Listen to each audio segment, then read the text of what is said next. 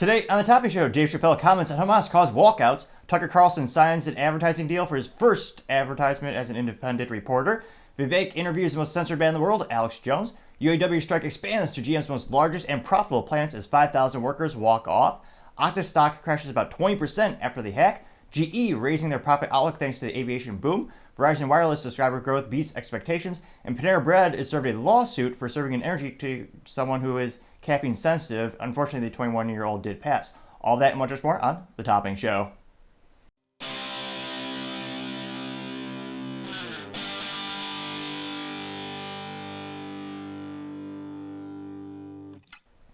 Thank you everyone for taking the time to tune in today. Today's episode of Topping Show is sponsored by Topping Technologies. Topping Technologies is an IT value-added reseller and services company with a special proficiency in IT security. Heck, I see their founder release twice a day. Gotta say he's quite handsome and brilliant. He's me, you see, that's the joke. If you're an IT leader or a business owner, you reach the team at sales@toppingtechnologies.com. Also, trying to get to 4,000 subscribers by the end of October, so if you click that button, I'd greatly appreciate it. Now going over to the business part of the podcast, you have Okta. Their stock is crashing about 20.26% recently due to a hack, which is one of the worst things that could possibly conceivably happen to them since they're a cybersecurity company. They're basically the industry leader for MFA, or also known as multi-factor authentication, as well as single sign-on. And of course, like many tech companies, they have more options and features than you could possibly imagine, like a Porsche. Now, in terms of them being hacked, it looks like their valuation plunged more than about $2 billion since last Friday, when that correlates to the stock percentage and the actual value lost. And that's when they disclosed a hack by an unidentified group that could access client files. The identity management company has more than 18,000 customers, including large logos such as Zoom, which, again, the detriment to cybersecurity in terms of marketing and advertisements is an overwhelming majority of the time you can't actually tell people who you work with because you have to sign NDAs, and it's a security issue if they were to know who you work with and your customers. So unfortunately, interestingly enough, we do a lot of cybersecurity at Topping Technologies, and some of the coolest logos we aren't allowed to tell anyone about because it's just not secure to talk about those types of things. So Okta has many more customers than just Zoom. That's depending on how they work out, marketing relations in terms of giving a discount perhaps for a public-facing use case or case study, whatever vernacular you choose. That's kind of an industry trend, but again, a majority of the time, you don't know the biggest clients they have. And in full transparency, Topping Technologies is an Okta partner, so we do resell, install, maintain, and deploy Okta software solutions. So, needless to say, it was a little bit of our hair was on fire when we first learned about this, trying to put things out, but thankfully nothing too detrimental happened.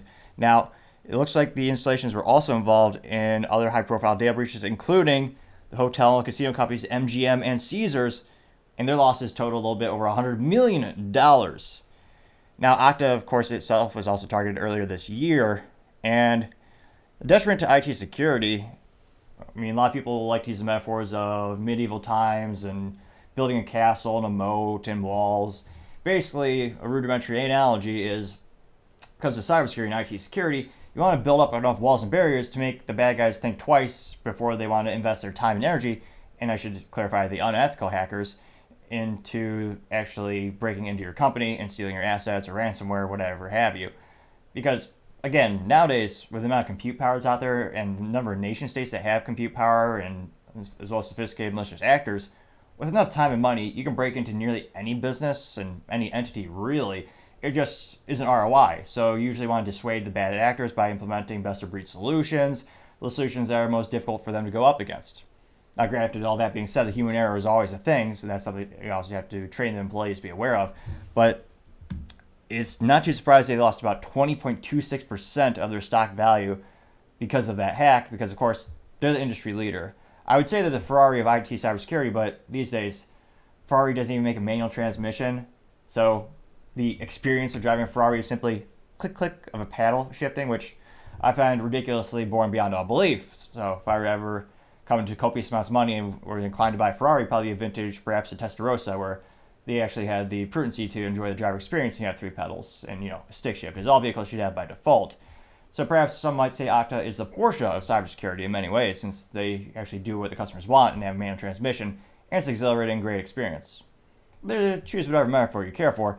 Nevertheless, it'd be interesting to see how many businesses start to move away from that, because again, any company, you saw this with Cisco as well. They're the largest network manufacturer provider on the planet. And of course, they make every product under the sun these days, but they're mainly known for, switching, wireless, what have you, core data center switches. Even they had security vulnerabilities, and they're one of the largest. They just bought Splunk for $50+ billion, which, again, I don't think they'll ever get a positive ROI out of that transaction. But nevertheless, perhaps they'll mix it in with their stuff. But I guess the point is, every company is vulnerable to these types of attacks.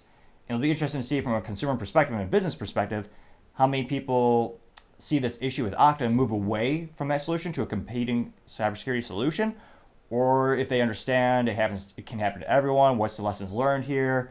It'll be interesting to see as we learn more and more about this case, as more and more of it becomes published, and we see perhaps this is something they can simply correct next time. That being said, hopefully not too many businesses were negatively affected by this, and I hope there weren't any malicious actors that were able to take advantage of that situation and cause too much harm to everyone. Thank you everyone again for taking the time to tune in. And again, we're trying to get to 4,000 subscribers by the end of October. So if you click that button, I'd greatly appreciate it. Also, comments help me grow up the channel and actually make the content better and better. So if you have any suggestions, particularly for picture-in-picture software production, I'd appreciate that capability and that feedback as well. Lastly, don't forget to take the time to tell your family, tell your friends, tell your coworkers, heck, tell your enemies, tell anyone and everyone. Just stay safe and fight the good fight.